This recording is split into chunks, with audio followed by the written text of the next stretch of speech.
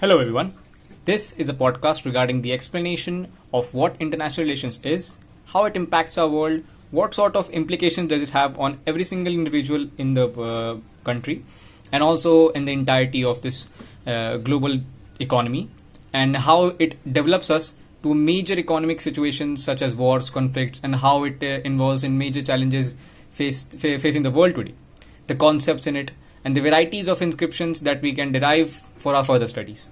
So, without further ado, the international relations is a complex and dynamic field that involves the study of relationships between different countries and the various actors that operate within the global system. In this podcast, we will explore the key concepts and theories that underpin international relations and examine some of the major issues and challenges facing the world today. One of the fundamental concepts in international relations is the idea of sovereignty, which refers to the authority of the state to govern itself without interference from external factors. This concept has been central to the development of the modern nation-state system, which emerged in Europe in the 17th and 18th centuries. Another important concept in international relations is power, which refers to the ability of one actor to influence the behavior of another. Power can take many forms, including military, economic, and diplomatic power, and often the key factor in shaping the relationships between different countries. One of the major challenges facing international relations today is the rise of globalization, which has led to increased interconnectedness and interdependence between different countries and regions. This has created new opportunities for cooperation and collaboration, but it has also created new challenges, such as the spread of infectious diseases, environmental degradation, and economic inequality. Another set of major challenges facing international relations is the rise of non-state actors, such as multinational corporations, non-governmental organizations, and terrorist groups. These actors are often operate outside of traditional state structures that can have a significant impact on global politics and security. They own major global giants like Microsoft, Amazon, or the new Elon Musk company, Tesla, and other these things. These operate on a major level. The Taiwan company, TSMC, it holds a lot of control over the world because it's the backbone of chip manufacturing, which is on every single technological advancement in today's world. Now, in order to address these challenges, international relations scholars and practitioners have developed a range of theories. These theories are sometimes practical or sometimes not, but these can be constructive and deconstructive in their own aspects, including realism, liberalism, constructivism, and critical theory. These theories provide different perspectives on how to understand and address global issues, and they have influenced policy making at both the national and international levels. Overall, international relations is a fascinating and important field that helps us understand the complex relationships between different countries and actors in the global system. By studying international relations, we can gain a deeper appreciation for the challenges and opportunities the world is facing today. And we can work towards these and creating a more peaceful and prosperous future for all, which is sustainable all throughout the eons.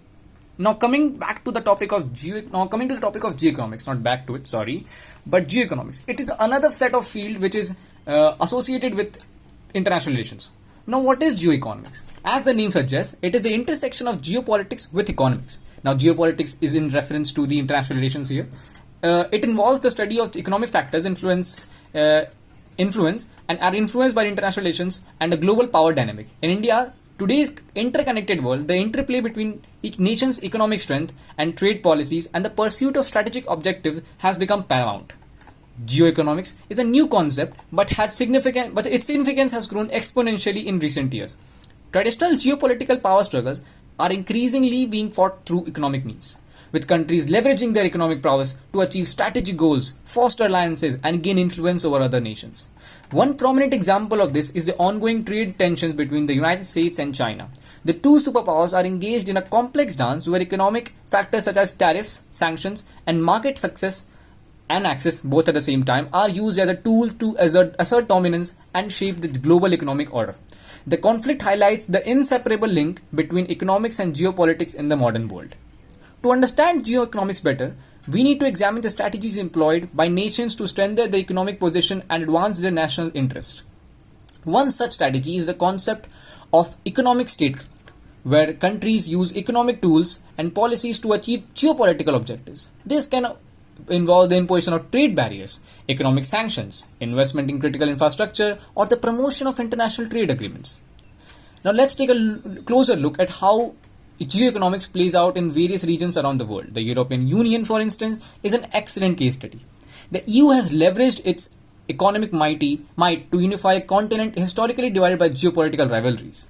By creating a single market and adopting a common currency, the euro, the EU has increased its influence and provided member states with economic stability and growth opportunities.